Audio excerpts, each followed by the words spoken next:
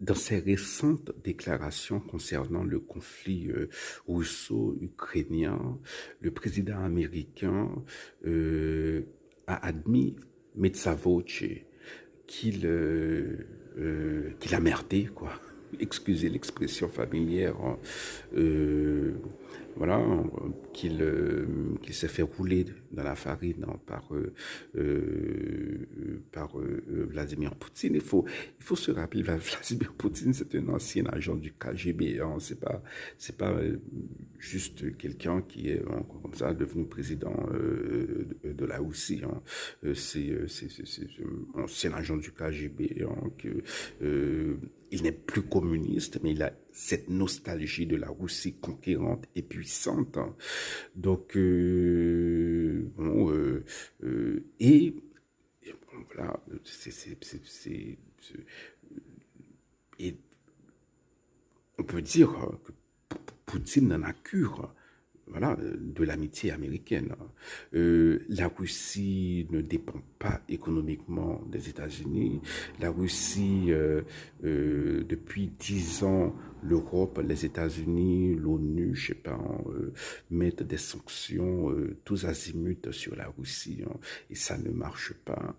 Le président Trump a lancé un ultimatum, voilà, à la Russie. Bon, voilà, hein, la Russie, c'est plus l'URSS, hein, mais c'est le pays qui a le plus d'ogives nucléaires du monde, hein. Voilà. C'est un pays qui peut,